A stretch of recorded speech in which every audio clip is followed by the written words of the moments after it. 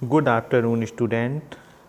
आज हम class 8th में साइंस का जो चैप्टर नंबर 2 को हम रीड कर रहे थे उसका नेक्स्ट पेज है, पेज नंबर 19 को रीड करेंगे। आप सभी से ये भी कहना है कि ऑल स्टूडेंट जो स्कूल का ये चैनल है इसको सब्सक्राइब करके रखिए, क्योंकि कई बार हमारे पास फ़ोन आ रहा है कि सर आपने लिंक नहीं भेजा। अब लिंक क्या है कि हमने लिंक भेजा है वो 1 लाइन में आ गया, आपने उस पर गौर नहीं किया। जो व्हाट्सएप पे कभी कभी क्या होता है, कोई टेक्निकल प्रॉब्लम से पूरा लिंक नहीं जा पाता है, इसलिए आप सभी यूट्यूब पर देखते रहिए और चैनल को सब्सक्राइब रखिए, जिससे कि आपको पता चले कि आज सर ने क्या डाला है। आज हम पढ़ेंगे पेज नंबर 19 को, पैरासाइटिक माइक्रोब्स। पैरासाइटिक का मतलब होता है परजीवी, माइक्रोब्स मीन्स होता है सूक्ष्म जीव। माइक्रोब्स लिविंग इनसाइड प्लांट और animal bodies are parasitic and obtain their food from the host. जो परजीवी सूक्ष्म जीव हैं, माइक्रोब्स लिविंग इनसाइड प्लांट, जो माइक्रोब्स जो सूक्ष्म जीव हैं वो कहाँ पर रहते हैं? लिविंग इनसाइड प्लांट पर और एनिमल बॉडीज पर।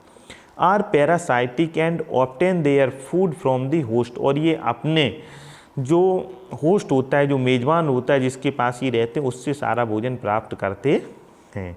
For example malaria causing plasmodium, malaria का जो कारण है वो क्या है? प्लाज्मोडियम में। Lives on female anopheles mosquito, ये किस में रहता है? जो एनाफ्लीज फीमेल मॉस्क्यूटो होता है उसमें होता है। एंड ह्यूमन ब्लड, और इसके लिए उसको क्या क्रिया करने के लिए वह ह्यूमन ब्लड को जब लेता है तो इससे आपको क्या होता है? Malaria.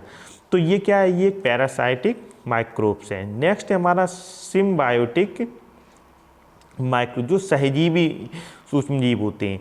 Microbes which live in mutually beneficial, जो माइक्रोब्स होते हैं विच लिव इन म्यूचुअली, वो परस्पर कैसे होते हैं? कुछ बेनिफिशियल भी होते हैं। Beneficial relationship are called symbiotic micro, जिनके साथ में लाभकारी रिलेशनशिप होते हैं, संबंध होते हैं, उनको हम क्या कहते हैं? सहजीवी सूक्ष्म जीव। For example rhizobium is found in root nodules of legumes, जो राइजोबियम है वह कहाँ पाया जाता है? जो नूडल्स ऑफ लेग्यूम्स होता है, जो मतलब लेग्यूम्स किस में रहता है? जो खासतौर से फली वाली फसलें होती हैं, जैसे कि आपकी क्या है?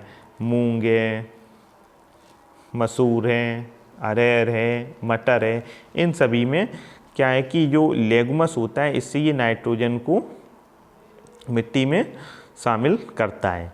Lichen is an example of the algae and fungi, जो लिंचेन होता है वो किसका एग्जाम्पल है? एल्गी और फंगी का। लिविंग टुगेदर, दोनों एक दूसरे के साथ रहते हैं। Its body is made up an algae and fungal component, जो इसकी बॉडी मेडअप किसकी होती है? एल्गी की। And fungal component both involve N intimate symbiotic relation, और दोनों ही साथ में कैसे संबंध बनाते हैं? सहजीवी संबंध।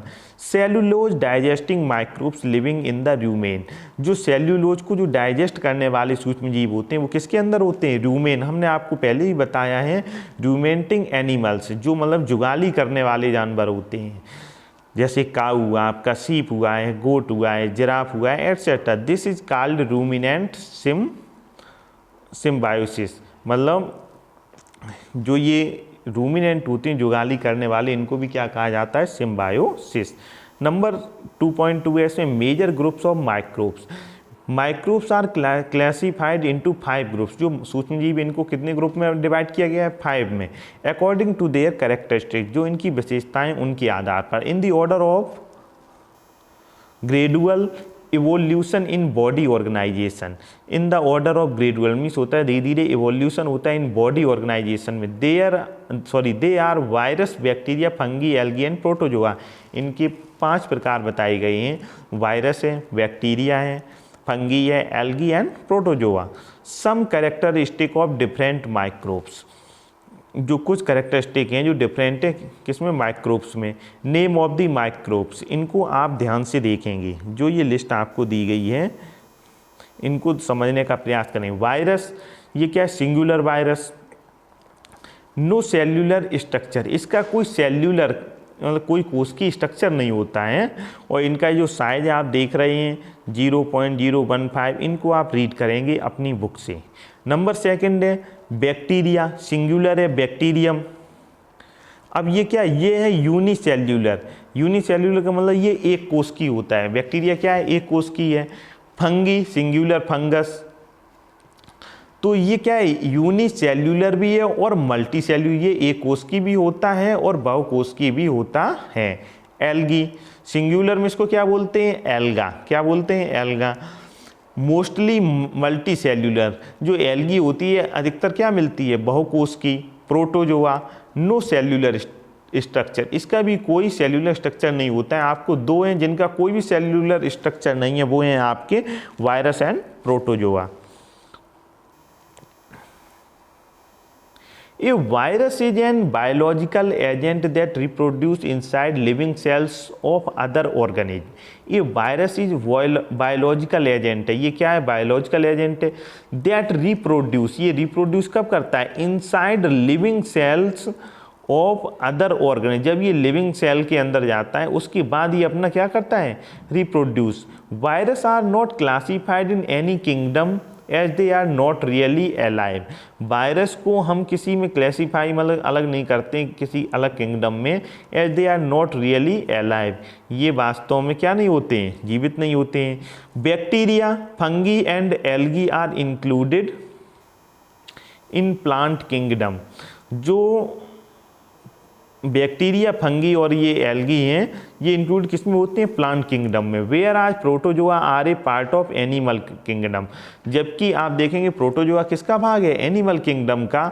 The mode of nutrients in these micro organism is either autotrophic और हेट्रोट्रॉपिक।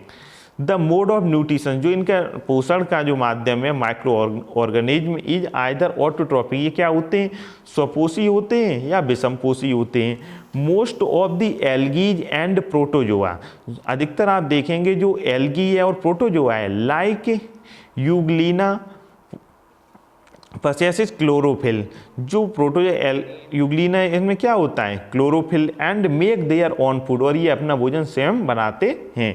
दस देयर आर ऑटोट्रॉपिक, इसलिए क्या है, ऑटोट्रॉपिक हैं, स्वपोषी हैं। Certain protozoa, fungi and bacteria are heterotrophic, जो कुछ निश्चित जो प्रोटोजोआ होते हैं, फंगी होते हैं एंड बैक्टीरिया होते हैं, ये क्या होते हैं, हेट्रोट्रॉपिक मतलब विषमपोषी। As they obtain their food from the dead decaying organic matter, और ये अपना जो भोजन है किससे प्राप्त करते हैं, जो मृत और जो डिकेइंग जिनमें क्षरण हो रहा है ऑर्गेनिक मैटर, वो कैसे, ऑर्गेनिक मैटर से। Some other micro organism obtain their food from other living beings, thus they are parasites. Some other micro organism, जो दूसरे सूक्ष्म जीव हैं, ऑब्टेन वो क्या करते हैं, प्राप्त करते हैं, there food from other living beings, और किससे करते हैं, जो लिविंग बीइंग्स होते हैं, जो जीवित प्राणी होते हैं उनसे।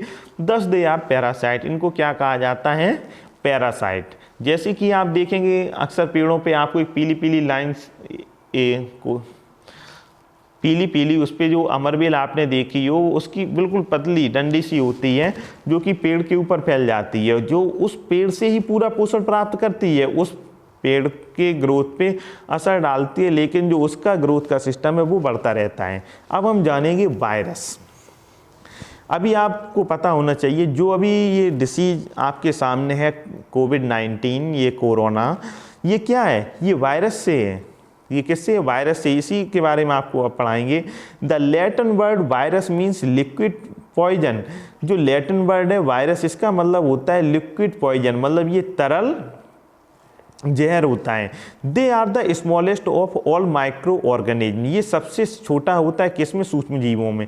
दे can not be seen even with the most powerful microscope working on light.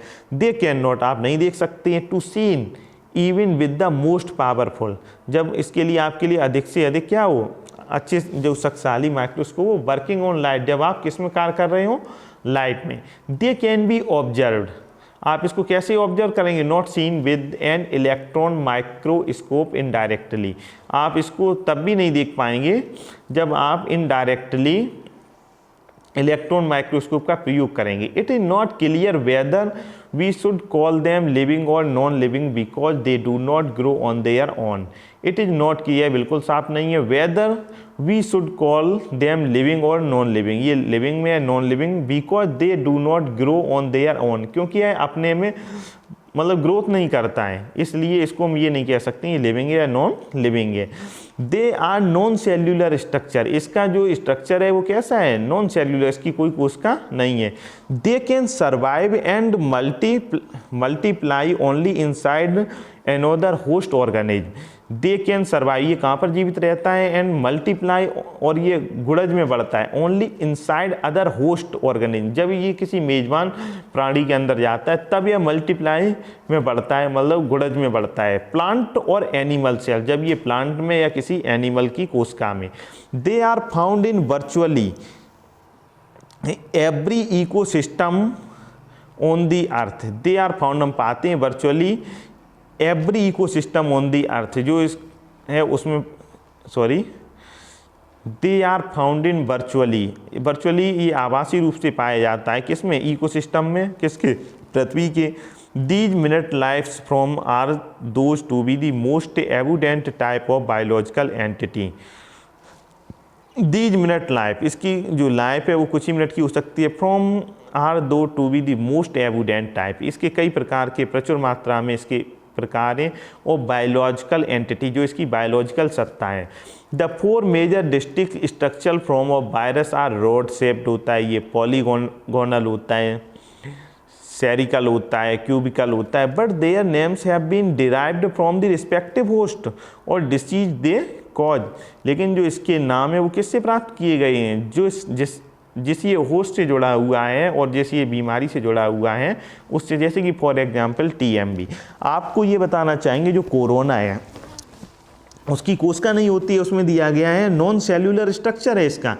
तो क्या है कि जब ये किसी बॉडी के अंदर जाता है तभी यह ग्रो कर पाता है, तभी तो कहा जाता है कि किसी चीज़ को टच मत कीजिए, क्या नहीं कीजिए, टच मत कीजिए। जब आप वहाँ पर ये वायरस पड़ा रहेगा तो ये कुछ समय बाद सेल्फ ही मर जाएगा, हो सकता है 1 दिन में मरता हो, ये उसकी क्षमता के ऊपर डिपेंड करता है, या हो सकता है आधा घंटे में, 1 घंटे में। इसीलिए कहा जाता है कहीं पर भी आप जाएं तो क्या किसी भी वस्तु को टच ना करें। दूसरी, अगर आपने टच करते हैं तो उसके बाद उसको सैनिटाइजर से या साबुन से अच्छे से हाथ धुल करके उसको आप साफ भी कर सकते हैं।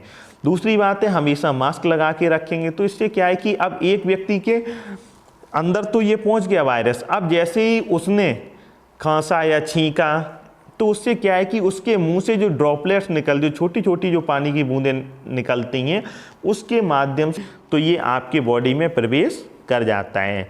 तो इससे वायरस से बचने का सबसे अच्छा तरीका होता है कि इसे अपनी बॉडी में प्रवेश ना करने दिया जाए। और बॉडी में प्रवेश करने का मेन जो स्थान है वो आपका जो फेस है, फेस के माध्यम से, मुंह से, नाक से, तो इन चीज़ों को छूने से बचना चाहिए। ये बात आपको इतनी क्लियर हो चुकी है। इसी के साथ ये लेक्चर समाप्त होता है। Thank you.